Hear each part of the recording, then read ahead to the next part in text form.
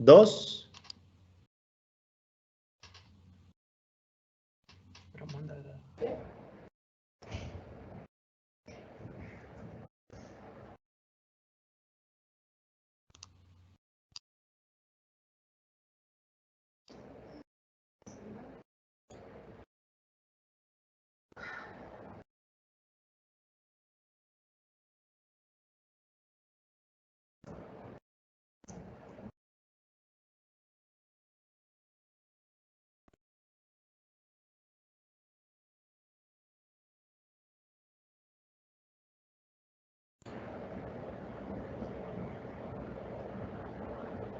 La Facultad de Psicología.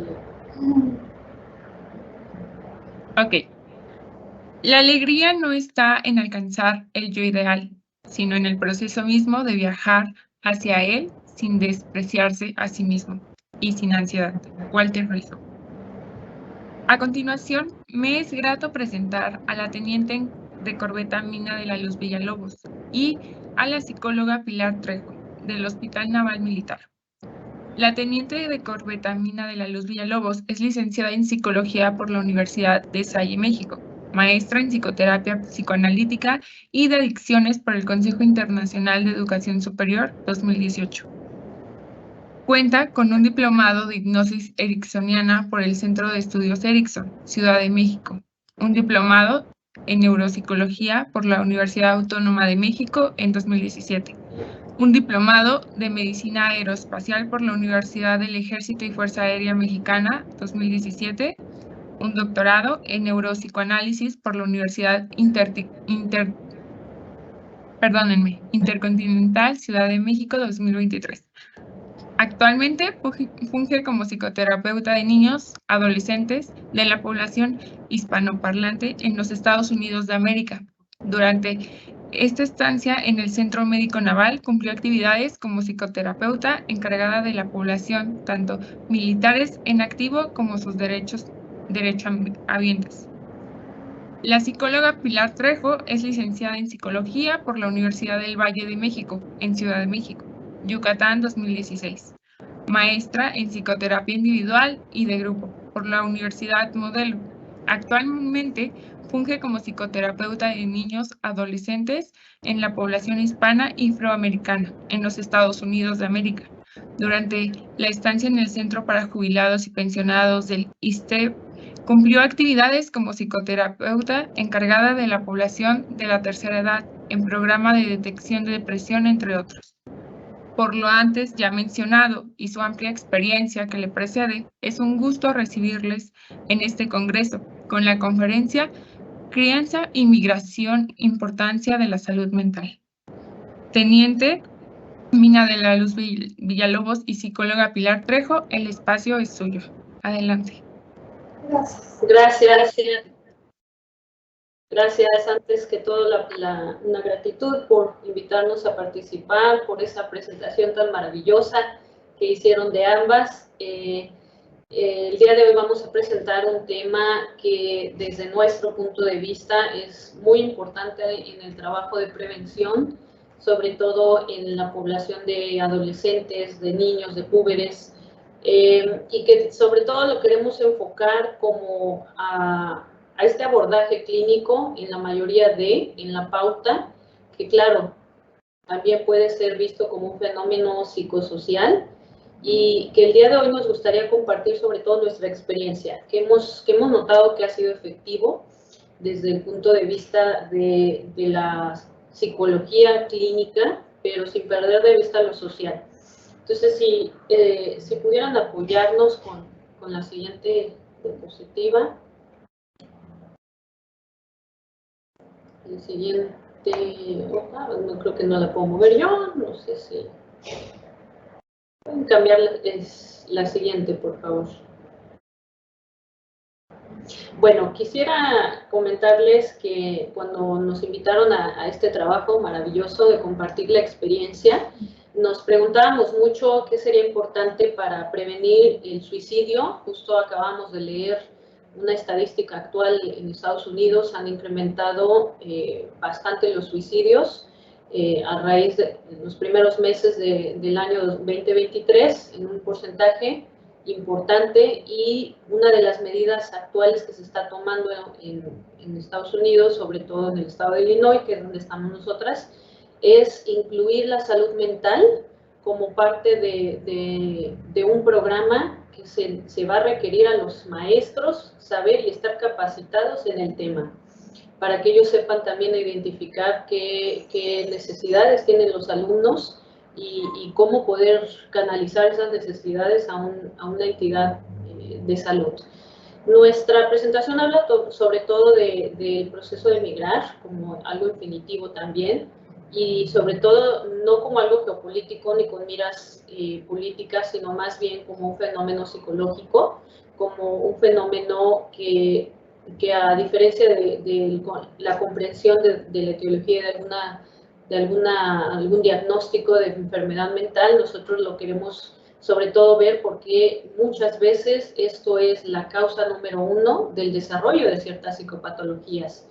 Que también recordar un poco qué es lo que brinca cuando tiene que ver con migrar, qué es lo que llama la atención de este proceso de migrar, el reto psicológico tan importante que implica aprender a comprender el manejo de un paciente que necesita muchos otros recursos, que no solo es la psicoterapia, y que es como lo vamos a ir mencionando un poquito más adelante. Sobre todo esto es la perspectiva individual, desde la persona, el que está migrando y la familia del que migra.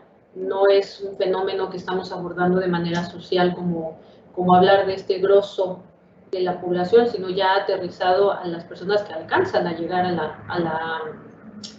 la atención. Claro, estos desafíos tan importantes que tomar en cuenta y algunas indicaciones, bueno, algunas sugerencias que nos han funcionado bastante en las intervenciones con estas familiares. Adelante, por favor, con la siguiente. Recordemos que ahorita incluso estamos viviendo una época importante sobre el fenómeno de la migración.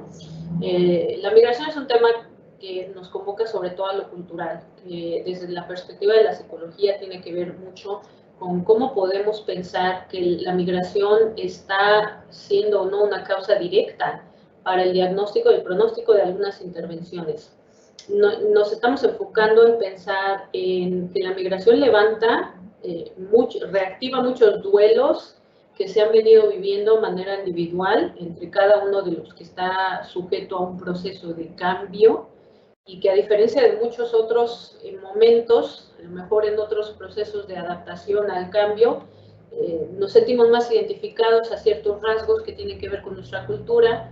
Pero ¿qué pasa cuando todo esto no se logra? Porque, bueno, somos nuevos, no acabamos de llegar, pasan muchas cosas, se reactivan muchos duelos, mucho de la pérdida, porque se pierde mucho cuando se migra a otro país. Y bueno, ya esto es en el contexto más sano, por así llamarlo, pero también hay contextos en donde la migración es forzada. Entonces, en nuestra presentación, nosotros lo que nos gustaría es recoger esto de la psicología social, que también implica retomarlo en la clínica. La clínica es, además de la presentación de estos síntomas tan particulares de una patología, también es tomar en cuenta las circunstancias del sujeto, qué es lo que está dentro de las posibilidades del sujeto y qué es lo que está moviendo al sujeto a desarrollar esta patología. Adelante, por favor.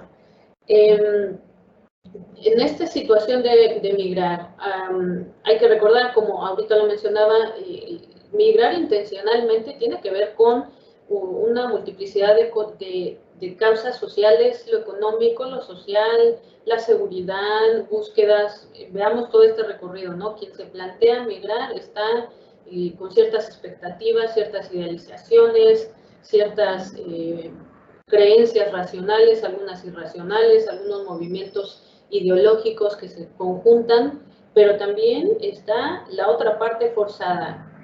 Lo hemos visto últimamente bastante, estos olas grandes de personas que buscan este éxodo de llegar a Estados Unidos para tener huir de la pobreza, huir de fenómenos como la violencia, de estos, en Haití, por ejemplo, esto que pasó con los terremotos, que dejaron a muchas personas sin hogar. Veamos aquí como un fenómeno social tan impactante, como algo tan a lo mejor tan particular como se cayó el edificio donde vivía y eso me obliga a mudarme, a moverme, ¿no? En otros momentos, por ejemplo, cuando la Segunda Guerra Mundial, cuando explota la bomba en Japón, una bomba nuclear que obliga a muchas personas a tener que cambiar incluso de país, ¿no? Esos son movimientos forzados en los que cabe la pregunta, bueno, ¿qué tanto se mueve el duelo? Porque entonces ahora, si yo había decidido entrarle a la vida con todas estas expectativas, ahora es llorar una pérdida, vivir un duelo en donde además se vive bastante heterogéneo, bastante impuesto, porque algo lo mueve, ¿no? Y nosotras queremos hacer hincapié a que esta situación de migración forzada, ¿qué tanto impacta en los hijos, en las segundas, terceras generaciones, en los modelos de crianza? Porque, bueno, los padres llegan a Estados Unidos, acá desarrollan toda su vida, tienen cierta vida económica y demás, pero ¿qué tanto impacta el que ellos tengan un bagaje, una migración forzada o intencional con los métodos nuevos de crianza y cómo lo viven los que son la segunda generación, los que nacieron acá, los que se identifican más con esta cultura, pero no del todo se distancian de la mexicana o de la de origen latino? Entonces, esta es nuestra propuesta, abordar esta parte. Adelante la siguiente, por favor. Recordemos que migrar implica perder. Es un paradigma de adaptación porque se echan a andar todos los recursos emocionales, los mecanismos defensivos, para que en el momento en el que pierdo eso que estaba arraigado, esa presencia, esa sensación de pertenencia a una cultura, a la lengua principal, a la calle donde nací, al súper donde hago las compras, todo esto forma la identidad del sujeto. Entonces, alguien que se muda, alguien que migra, que va a otro país, está perdiendo todo esto. Y claro, cuando lo estamos viviendo intencionalmente, incluidas nosotras, migrantes a otro país, cuando lo estamos viviendo ahí intencionalmente, pues lo primero es la rapidez de adaptarme, que encuéntrate dónde vivir, que búscate un trabajo, que haz esto, que haz lo otro, y ahí está puesta la sobrevivencia, adaptándose todo el tiempo. Ya cuando llega uno más a sentarse ya bien, empezamos a avanzar, porque este es un proceso, claro, pero puede ir y venir muchas veces entre las fases del duelo y de lo que implica migrar. Y luego ya viene la adaptación, ¿no? Ya tengo casa, ya investigué mi ruta, ya sé cómo llegar al trabajo, a la escuela. Ahora sí, viene lo impactante. Ahora ya no soy mexicano de origen, nosotras, en un país donde la lengua no es la materna, la importancia de la lengua materna sobre todo. Nosotras incluso hablamos el segundo idioma, pero la importancia para nosotras en el día de hablar nuestro idioma, porque es la lengua materna. Todos sabemos el efecto de la lengua materna. No es lo mismo pensar en nuestro propio pensamiento con nuestra propia lengua identificada que tener que adaptarnos forzada cognitivamente, voluntariamente o involuntariamente a otro reajuste. Claro, lo social, porque son adaptaciones nuevas a cosas que nosotros no habíamos visto. Nosotras llegamos acá y acá se hace el pago con el celular y que la tarjeta del metro se hace con el celular y muchas otras cosas, ¿no? Los depósitos se hacen de otra manera. Estos nuevos modelos sociales acá impacta bastante nuestras tradiciones. Si tuviéramos tradiciones muy particulares, pienso en las mexicanas, por ejemplo, celebrar el Día de los Muertos, acá no se celebra, acá eso no existe más que en la comunidad. Es decir, voy adaptando poco a poco cómo lo que he estado perdiendo, a lo mejor no me cae todo cuando lo acabo de perder, pero me va llegando. Me va llegando en algún momento, y en las generaciones primeras que llegan a hacer el movimiento, eso se va quedando ahí. Eso es parte del duelo, es parte de la pérdida, es parte de ir reajustándose, adaptándose, y llega un momento en el que cuando estas dificultades vienen, que empiezan a pasar cosas que no estaban contempladas, pierden el trabajo, cambian de trabajo, tienen que mudarse, los hijos empiezan a crecer, ya no hablan el mismo idioma, y entonces ahora sí vienen los choques culturales, que se reactivan, claro, todas esas sensaciones de duelo, de pérdida, que a lo mejor ni estaban tan bien trabajadas, ¿no? Porque también depende mucho de la historia de cada uno. Cuestiones muy particulares de migrar, sobre todo es en la readaptación social, los modelos en los que cada cultura se ha basado, ¿no? La cultura, nos atrevemos a decir, yo me atrevo a decir, la cultura mexicana es muy dada al apego a los padres, a la madre, a visitar a los abuelitos, esto, lo otro. Eso, cómo se replica en un país extranjero, en donde a lo mejor el modelo es a los 18 años ya se van al colegio, al college, y ya, pierden toda la comunicación, ¿no? Todo eso, todos estos fenómenos sociales, lingüísticos, culturales, que forman parte de algo más grande, que es adaptarse a algo diferente, ¿no? La que sigue, por favor, ¿y qué tanto impacta? Recuerden que migrar implica un reto de afrontarse a una identidad social. El que es extranjero hasta que regresa a su país. Siempre es el extranjero, ¿no? Nosotros somos mexicanas que residen en el extranjero, somos mexicanas, somos extranjeras. Nuestra identidad social está en donde tenemos más identificación. Si me identifico con la lengua, con la cultura, con la religión, con la educación, con los métodos de crianza, esos ahí están, ¿no? Y entonces, qué importante es que el duelo se vaya viviendo de manera adaptativa, porque si esto no se termina, es decir, si no se transita el duelo, quedarnos estancaditos por ahí en algo nos hace perder identidad, y eso genera muchas veces patología, depresión, ansiedad, estrés postraumático, estrés crónico, es decir, cambia mucho y puede influir en la etiología de una psicopatología. También está ahí la sensación de pertenencia, porque si me identifico con una lengua, con una cultura, con una sociedad, entonces pertenezco a algo. Pero, ¿qué pasa cuando llego a un país extranjero, no hablo el idioma, no tengo a nadie, soy el primero? Tienes que formar pertenencia, hay que poder adueñarse de algo para no sentir ese vacío constante de pérdida. Y eso sería lo más sano de estar transitando. Cuando esto no se logra, ¿qué se puede ver?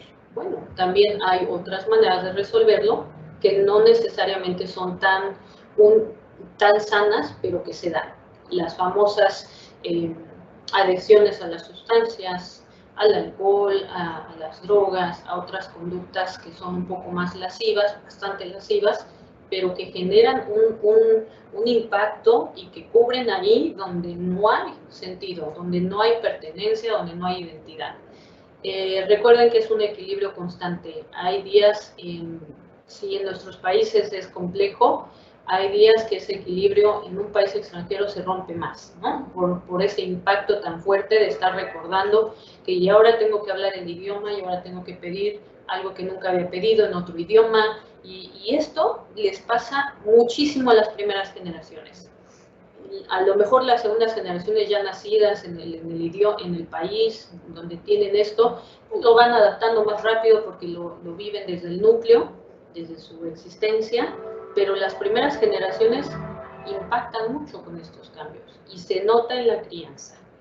Los cambios sociales tan importantes, acá los modelos parentales son diferentes, son en México hay mucho esta situación familiar de los padres, la mamá y el papá casados o no casados pero juntos, y y ahí viven todos, a lo mejor hasta viven en la casa de la abuelita y viven los tíos y todos los modelos. Acá cómo cambian, cómo se mueven, acá cómo viven, los padres viven juntos, viven separados, viven con otras parejas, viven con otros hijastros, ¿qué tanto cambia? Eso, ¿qué tanto impacta en los modelos de crianza reales? Los que son más comunes actualmente. Y también el uso de las famosas redes sociales. Increíblemente, las redes sociales pareciera que son redes sociales nada más y que son sociales porque son redes, pero generan un movimiento emocional tremendo. Hemos visto en consulta adolescentes cuyo fase de síntomas depresivos inician con un tema de las redes sociales. Alguien me vio feo en las redes sociales, no me dieron like, y a una fotografía recién tomada me veía yo muy mona, muy cute, pero nadie le dio like. Y entonces se desata un sentimiento que no habían podido describir a través de esto, pero claro, este es el motivo dicho y habrá otras cosas detrás, ¿no? Pero es importante que todos estos fenómenos se van viendo poco a poco. Claro, no es con el objeto moral, claro, eso es muy importante. Acá es hacerles reconocer a las generaciones, tanto a los hijos de los migrantes como las primeras generaciones que van llegando o que ya tienen un tiempo asentados, que hay que poder ir hablando estas cositas que parecen ordinarias y que a veces desequilibran tanto, pero no para que se sientan moralmente juzgados, sino para que podamos encontrar cómo reconectarnos con alguna sensación de pertenencia, de identidad, de equilibrio, a ir transitando el duelo. La que sigue, por favor. En cuanto a los sujetos que tienen esta fase de migrar, ¿no? Este duelo, al principio pues es puro cambio, es puro desequilibrio y equilibrio y desequilibrio. Se despliega todo lo que tiene que ver con los mejores mecanismos defensivos, cognitivos, conductuales. Claro, todo pasa, ¿no? Cuando alguien está migrando, se necesita primero la sobrevivencia, sobrevivir, llegar a sentarme y luego ya empiezan a mover emocionalmente todo lo que cambia. Es importante que cuando este periodo de adaptación, los periodos de adaptación son curiosos porque la adaptación al cambio puede tomar un mes, un año, lo normal siempre las reacciones adaptativas son un año. Cuando no pasan de este año, perdón, ¿qué pasa? Ya se está desarrollando patología, no se está desarrollando patología, pero bueno, si estamos viendo que es probable que estos cambios tan importantes que tienen el origen en la migración ya tienen 20 años, bueno, a lo mejor hay por ahí algo del duelo que está un poco estancado, que no se transitó y que vale la pena reelaborarlo, recordarlo, repetirlo un poco en sesión individual o grupal para ir reajustando un poquito las creencias. Es curioso, en algún paper, acá lo tienen en pantalla, se desarrolló un término importante, el síndrome de Ulises, para nombrar este estrés crónico que sufre el migrante. ¿Cómo es esta reacción psicológica tan relevante que hasta hay investigación ya sobre esto? Y eso es porque se ha visto cada vez más común como una etiología de un padecimiento. Entonces, y no es poca cosa, ¿no? Todo lo que están viviendo en México y que también en Sudamérica se está notando mucho a raíz de la migración. Para nosotros es importante que muchas veces en las primeras generaciones estas cositas que se quedan atoradas en el duelo, que no son cositas, son bastante importantes, a veces generan mucha modificación en la crianza. Esos padres que traen esta identidad con que a mí mis papás me caminaban todos los días ahí donde tomaba el autobús para ir a la escuela. Bueno, eso lo repiten acá. Y el cambio social del joven que ya, ¿por qué me llevas? Que tú me traes, yo me voy y no sé qué.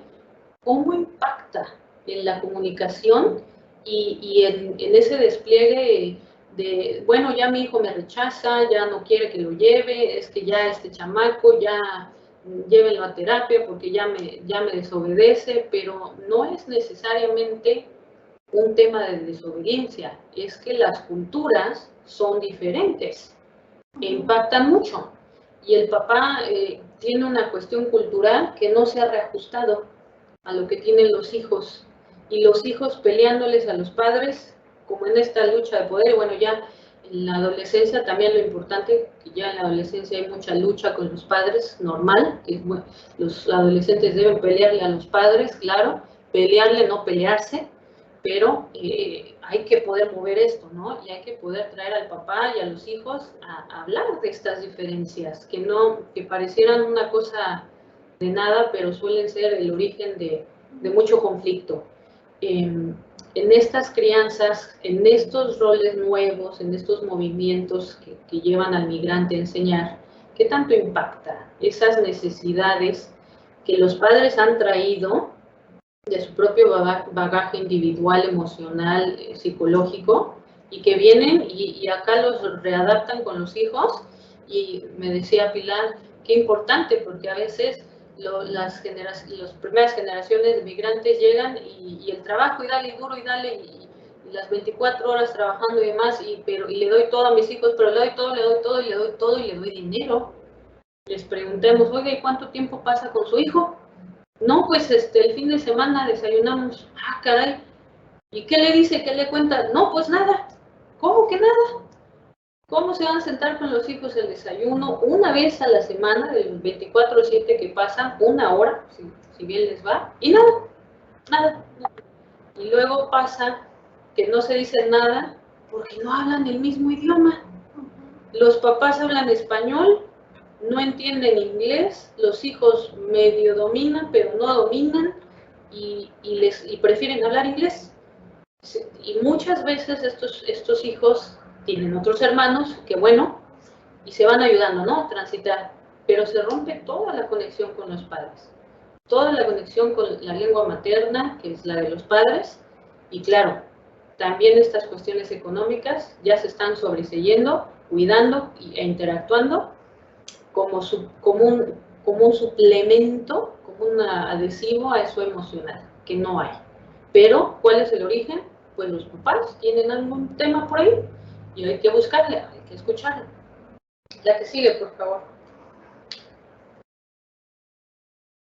Bueno, creo que esto es importante. Esta de los desafíos de la crianza tiene mucho que ver con estos modelos de repetición, que los padres no tienen un manual, ¿no? Ningún padre tiene manual.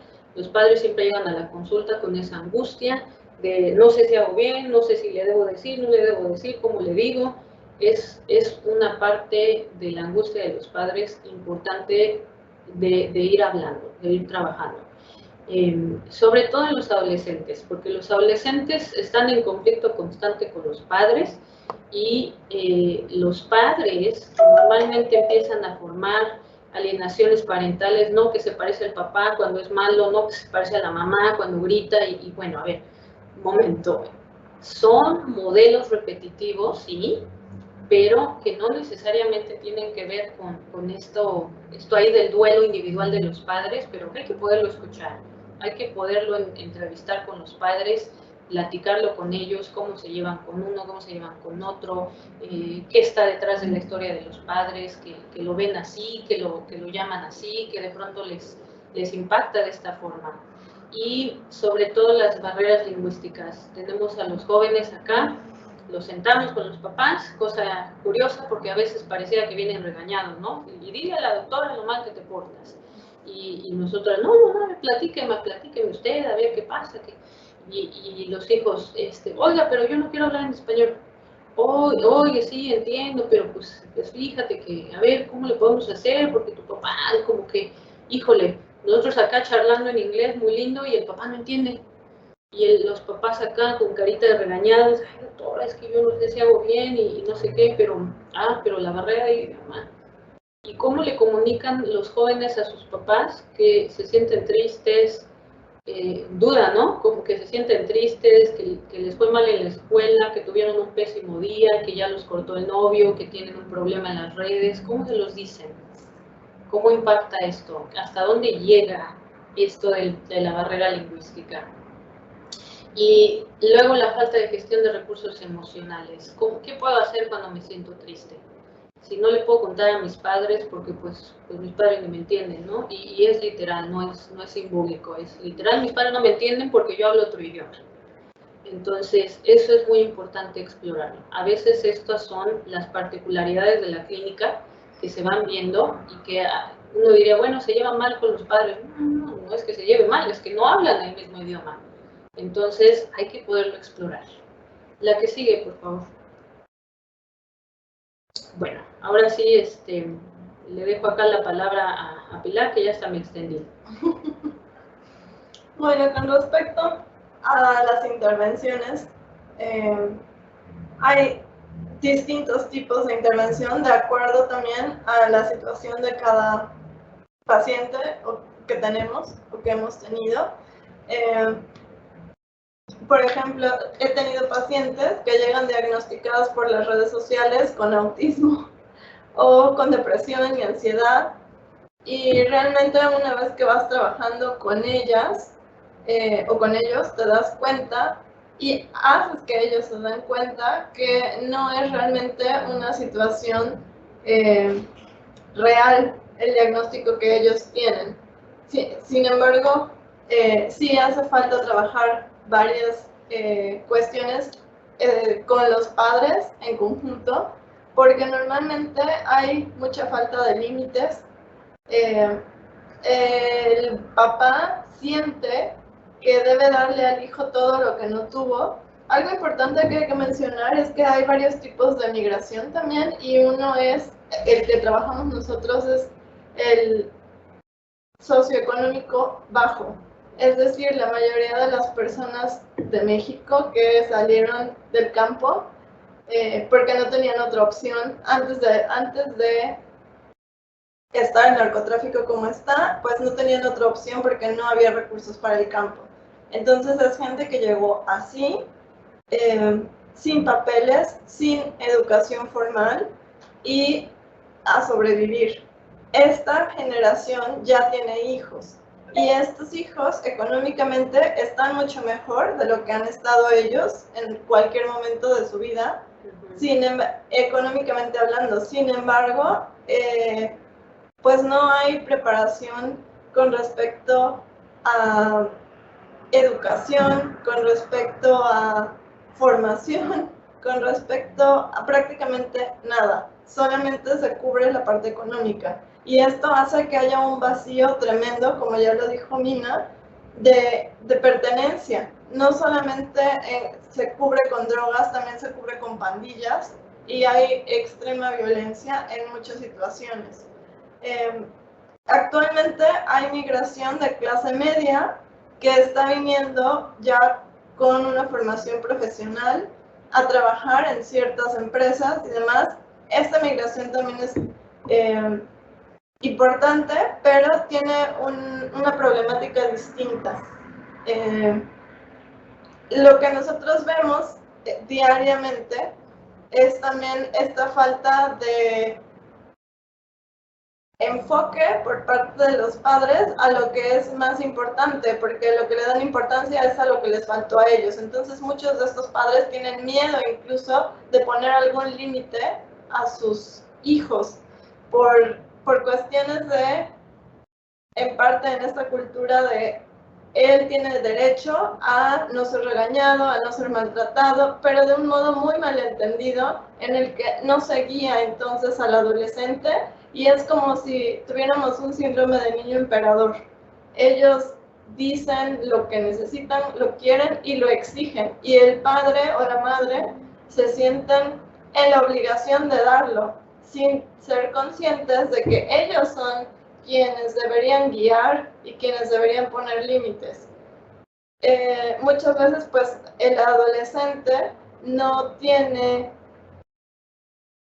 recursos de ningún tipo o la mayoría de las veces no hay recursos de ningún tipo emocional de donde él pueda agarrarse. Y sí hay familias completas ya que migraron, pero siguen sin sentirse parte de la comunidad. Es como, sí, ya nacimos aquí, estamos creciendo aquí, pero al mismo tiempo somos mexicanos. Y en México nos ven como estadounidenses y aquí nos ven como mexicanos y en realidad no somos de ninguna parte. Esto tiene mucha gestión dentro de la autoestima y de las emociones. Es bastante complicado. ¿Podemos continuar con la que sigue, por favor?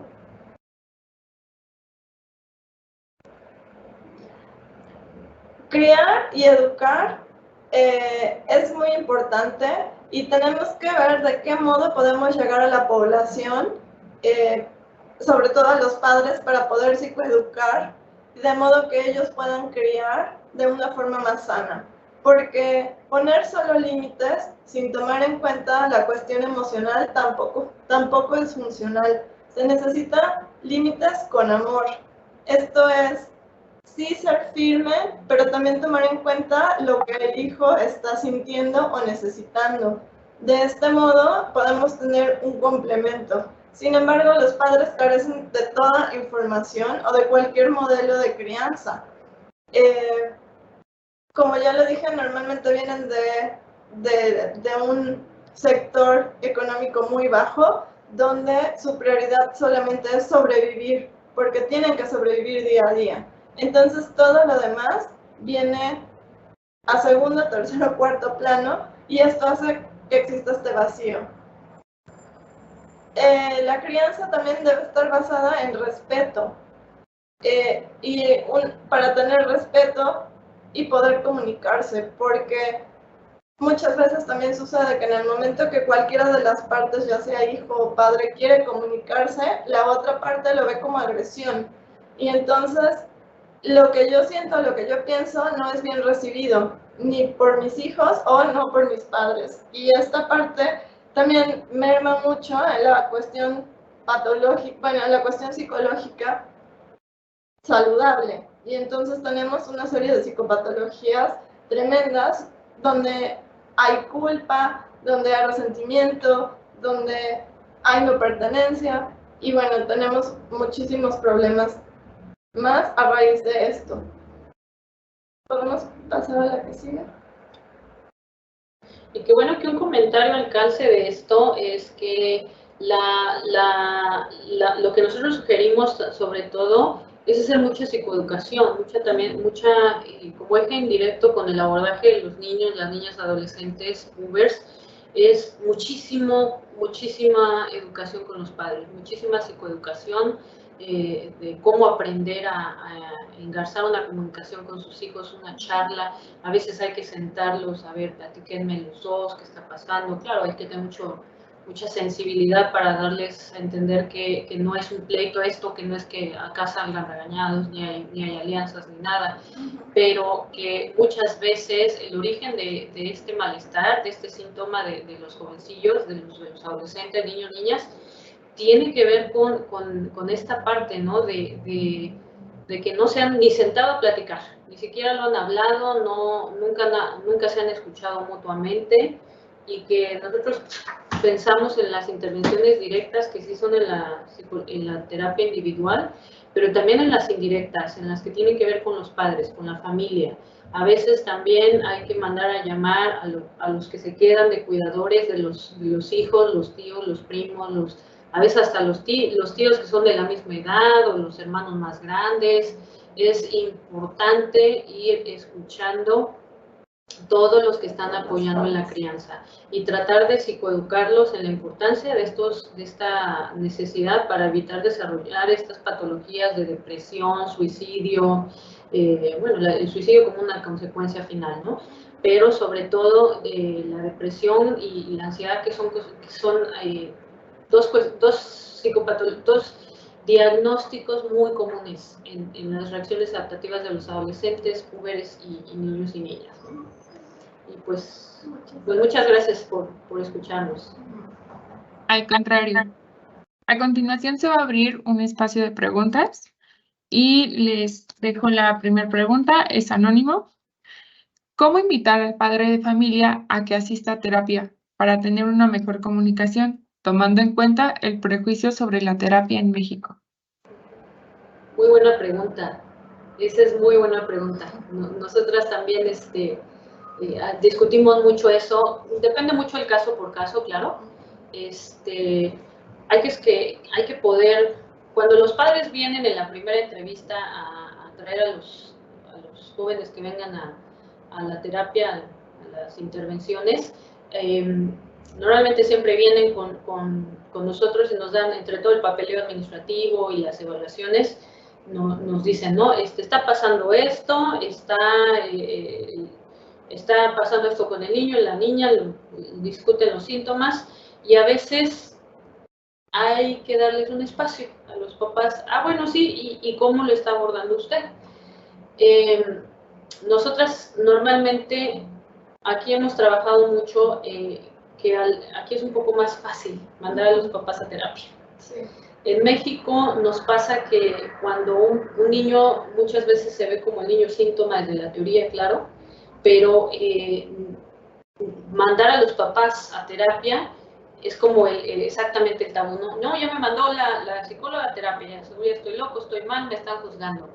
Pero yo siempre uso la clave de, bueno, es que está pasando por mucho, ¿qué tal que usted puede platicar lo que le está pasando? No ha de ser nada fácil, validar sus emociones, validar lo que están viviendo a partir de estos síntomas del que está yendo a terapia directamente, del joven, la joven, e invitarlos a que puedan descargar primero catárticamente todo lo que están viviendo.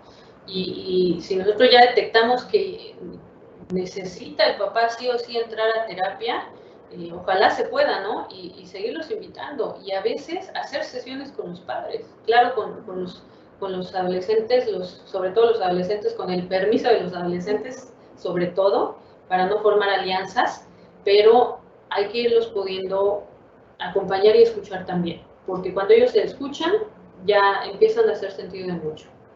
Y bueno, creo que algo importante aquí es siempre ser frontal, tanto con el adolescente como con el padre, aunado a, aquí funciona mucho más, pero en México también aplica, el adolescente siempre es menor de edad, por ende necesita siempre el adulto o al adulto. Entonces, de algún modo se puede jugar un poco con esta parte para estar en constante comunicación con el padre.